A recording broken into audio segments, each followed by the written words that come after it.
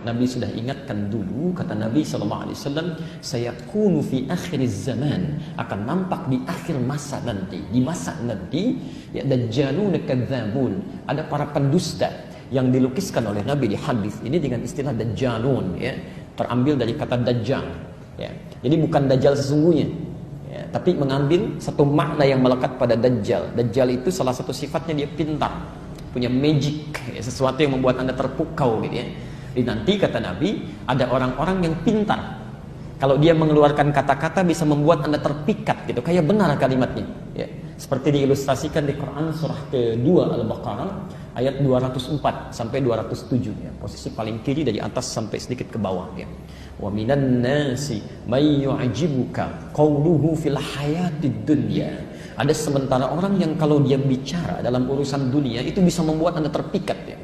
Di kata-katanya begitu cantik, retorikanya begitu menarik dia. Wa yushhidullaha ala ma fil qalbi. Kadang-kadang dia mengambil nama Allah, ngambil ayat, potong, ambil untuk melekatkan apa yang ada dalam hatinya, ya, untuk mengatakan ini loh, ini dalilnya ini. Tapi enak saja motong sini dia tanpa dia paham apa maksudnya.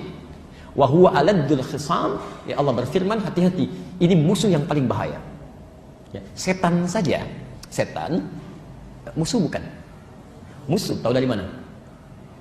Oke, Quran surah ke-2 Al-Baqarah bisa 168 kan? Posisi paling kanan sebelah bawah. Innahu lakum aduwwum mubin. Dia musuh kamu yang paling nyata. Ya. Setan sifat musuhnya disebut dengan adu. Adu itu sesuatu yang jelas, ya. Karena kita sudah nggak beda pendapat lagi, jelas. Ini posisinya jelas, dia musuh. Karena dia musuh, mudah kita hindari. Ya. Tapi maaf, ya, seharusnya cara menghindari itu kenal dulu tentang hakikat musuh. Ini saya perhatikan umat Islam ini umumnya nggak kenal siapa setan. Ya, setan, tapi nggak pernah diketahui gitu ya.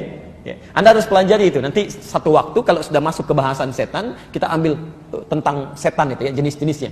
Ada setan yang ada di masjid. Jangan kira masjid sepi dari setan, ada. Ya, ada setan menggoda orang sholat. Bahkan kata Nabi akan digoda sampai lupa dia berapa rakaat sedang menunaikan sholatnya.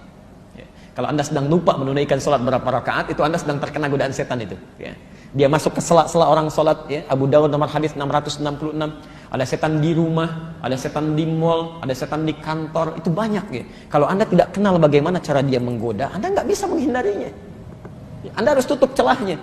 Kalau Anda tidak tahu di mana lubangnya jalan ke sini, Anda nggak bisa menghindarinya, bisa terjebak di situ. Baik, ya? Itu yang nyata. Tapi kalau ada musuh, tidak terlihat nyata musuhnya, hadir di sekitaran kita, nampak menghadirkan sesuatu yang mengagumkan, tapi dia berbahaya, itu bahasanya aladdun. Ya, kalau sudah ada konfrontasi disebut dengan khisam. Kata Allah, alad wa huwa aladdul khisam. Ini lebih bahaya dari setan nih. Ya, makanya hati-hati ya. Yuhadditsunakum bima lam tasma'uhu wa la yasma'unahu aba'ukum. Dia akan bicara kepada Anda bukan masalah dusta urusan dunia, ya. Bukan dusta materi, dusta kedudukan, bukan. Tapi dia bicara masalah agama, tapi isinya dusta. Ya. Anda bisa kaget, bahkan orang dulu pun bisa terkejut. Iyyakum wa iyyahum. Anda mesti waspada dengan orang seperti itu. Ya. Sekarang sedang marak nih. Ya, ambil ayat Quran begini, mengatakan, oh ini tafsirnya begini. Padahal dia sendiri yang ngerti agama. Ya. Maka tinggalkan yang seperti itu ya. Hati-hati. Kalau mendengar yang seperti itu, sudah ada ketentuan di Quran jelas. Kita nggak bisa komentar lagi. Tetap ketentuannya. Ya. Bahkan kalimatnya sangat tegas. Quran surah ke-4 ayat 140. Posisi paling kiri sebelah bawah di pojok. Wa qad nazzala 'alaikum fil kitab.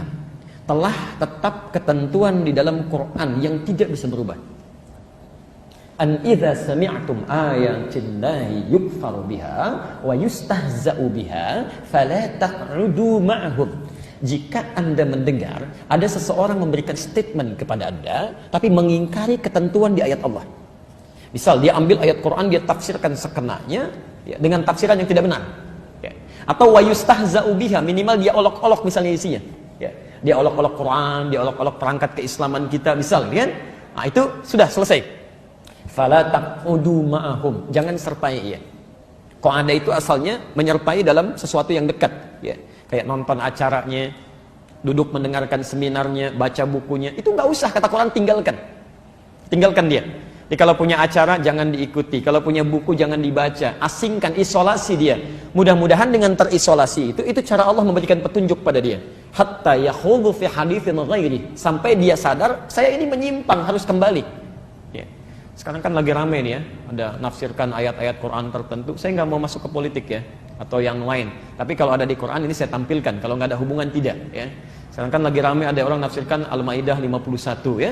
Tafsiran begini. Demi Allah saya katakan, di kitab-kitab tafsir yang dulu sampai yang ada sekarang bisa dibaca, itu nggak ada yang beda pendapat, tafsirnya satu kok. Ya, kenapa sampai sekarang jadi banyak tafsiran macam-macam gitu? Nggak ada selesai gitu kan? Kenapa yang nafsirkan ini, nafsirkan itu, dan cenderung orang yang menafsirkan dengan suasana berbeda itu yang nggak punya ilmunya. Itu jangan didengar itu yang seperti itu berbahaya ya. Apalagi sudah berlebihan. Semua agama adalah sama, menuju pada Tuhan yang satu, cuman caranya beda-beda. Zaman jahiliyah aja nggak ada begitu. Ya. Sekelompok orang diutus kepada Nabi sallallahu alaihi wasallam menyampaikan proposal perdamaian.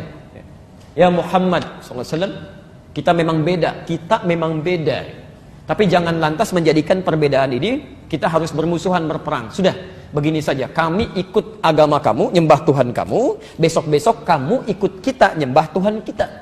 Maka turunlah surah Al-Kafirun itu. Qul ya ayyuhal kafirun. Tapi ada penegasan dari mereka, kita beda. Makanya ujung ayatnya lakum dinukum waliyadin gitu kan.